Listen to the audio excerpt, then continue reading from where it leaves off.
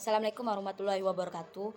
Perkenalkan, nama saya Nur Maisari, NIM 2021027, Prodi S1 Ilmu Kesehatan Masyarakat. Di sini saya akan menjelaskan materi tentang sel. Sel merupakan unit terkecil dari makhluk hidup secara struktural dan fungsional, serta tidak dapat dibagi lagi menjadi bagian yang lebih kecil.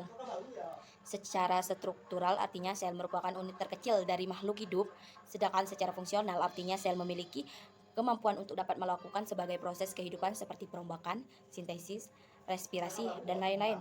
Struktur sel memiliki tiga struktur utama, yaitu yang pertama membran sel, yang kedua sitoplasma, yang ketiga organel sel.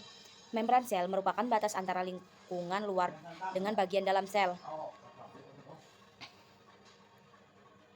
Perpindahan molekul tersebut terdiri dari dua macam, yaitu transport pasif, merupakan perpindahan molekul atau ion tanpa menggunakan energi dan terjadi secara spontan dari konsentrasi tinggi ke rendah. Contohnya, difusi yaitu perpindahan molekul dari konsentrasi tinggi ke konsentrasi rendah. Osmosis yaitu perpindahan molekul air melalui membran semi permeabel dari larutan yang konsentrasi airnya tinggi ke larutan yang konsentrasi airnya rendah. Transport aktif yaitu perpindahan molekul atau ion menggunakan energi. Contohnya seperti pompa natrium atau kalium, endositosis dan ekositosis. Lapisan protein membentuk dua macam lapisan, yaitu lapisan protein perifer atau ekstrinsik membungkus bagian kepala lipid bilayer bagian luar, dan lapisan protein integral atau intrinsik membungkus bagian kepala lipid bilayer bagian. Organel sel. Yang pertama, nukleus inti sel berperan sebagai pengendali kegiatan sel. Sel monokleat berinti tunggal seperti tumbuhan dan sel hewan. Membran nukleus selaput inti berfungsi memisahkan nukleoplasma dan sitoplasma. Retikulum endoplasma berasal dari kata retikular yang artinya anyaman benang atau jala. Retikulum endoplasma kasar permukaan diselubungi oleh ribosom. Ribosom merupakan organel terkecil di dalam sitoplasma. Terdapat dua subunit yang menyusun ribosom, yaitu subunit kecil dan subunit besar. 4. Kompleks Golgi merupakan organel sekretori. Kompleks Golgi memiliki fungsi di antaranya untuk tempat sekresi polisakarida, membentuk glikoprotein untuk dibawa keluar sel, membentuk membran plasma, membentuk kantong sekresi sebagai pembungkus zat yang akan dikeluarkan sel, membentuk akrosom pada sperma kuning, telur pada sel telur, dan lisosom. 8. Kloroplas hanya terdapat pada sel tumbuhan dan algae. 9. Sentriol terdiri dari satu lapisan silinder yang di dalamnya terdapat 9 mikrotubulus. 5. Lisosom merupakan membran berupa kantong kecil dengan diameter berkisar 0,05 sampai 1,5 UPM yang berisi enzim hidrolitik lisozim. 6. Badan mikro memiliki bentuk yang menyerupai lisosom, agak bulat dengan diameter 0,3 sampai 1,5 UPM yang di dalamnya berisi enzim katalase dan oksidase.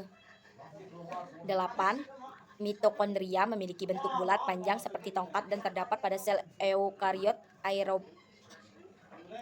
Asam nukleat merupakan makromolekul terbesar dalam sel berupa polimer linear atau sering juga disebut polinukleotida, terdiri dari 106 atau lebih nukleotida, terdiri dari molekul gula dengan 5 atom C atau lebih gugus fosfat basa nitrogen. DNA merupakan molekul yang sangat besar dengan struktur sederhana berupa 4 subunit nukleotida dalam suatu rantai dengan urutan tertentu. Lipid. Pengertian biomolekul merupakan senyawa-senyawa organik sederhana pembentuk organisme hidup dan bersifat khas sebagian produk aktivitas biologis. Bentuk senyawa biomolekul biasanya dikenal 4 bentuk, yaitu protein, asam nukleat, karbohidrat, dan lipid. Protein merupakan polimer asam-asam amino, karbohidrat merupakan polimer monosakarida, asam nukleat merupakan polimer mononukleotida. Fungsi biomolekul sebagai enzim, alat transport, antibodi, hormon, dan pembentukan membran, serta karbohidrat sebagai sumber energi. Jenis biomolekul yaitu karbohidrat yaitu sumber energi utama dalam sebagian besar makanan manusia. Karbohidrat hanya mengandung karbon, hidrogen, dan oksigen. Lemak dan minyak, salah satu kelompok yang termasuk pada golongan lipid, yaitu senyawa organik yang terdapat dalam serta tidak larut dalam air. Protein disintesis oleh asam amino yang disatukan oleh ikatan peptida untuk membentuk rantai lurus. Lemak atau lipid merupakan suatu senyawa organik yang tidak bisa larut di dalam air.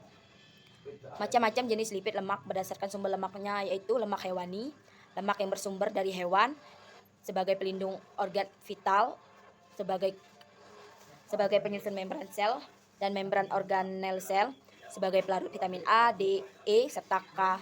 Sebagian sebagai bahan penyusun empedu serta asam oksalat. Fungsi lipid sebagai cadangan energi, sebagai pelindung tubuh dari hawa dingin. Vitamin adalah suatu zat senyawa kompleks yang sangat dibutuhkan oleh tubuh kita, berfungsi untuk membantu pengaturan atau proses kegiatan tubuh. Multivitamin adalah persiapan yang dimaksudkan untuk melengkapi diet manusia dengan vitamin. Vitamin A yaitu susu, ikan, sayuran berwarna hijau dan kuning hati, buah-buahan warna merah dan kuning, cabai merah, wortel, pisang, pepaya, dan lain-lain. Vitamin B1, sumber yang mengandung vitamin B1, gandum, daging, susu, kacang hijau, ragi, beras, telur. Vitamin B2, sumber yang mengandung vitamin B2, sayur-sayuran segar, kacang kedelai, kuning, telur, susu. Vitamin B3, sumbernya yaitu buah-buahan, gandum, ragi, hati, ikan, ginjal, kentang manis, daging unggas. Vitamin B5, sumber yang mengandung daging, susu, sayur mayur hijau, ginjal, hati, kacang hijau. Vitamin B6, kacang-kacangan, jagung, beras, hati, ikan, beras tumbuk, ragi, dan daging. Sekian dari materi yang saya bahas tadi. Apabila ada kesalahan kata atau pengurangan dalam menyampaikan materi, saya mohon maaf.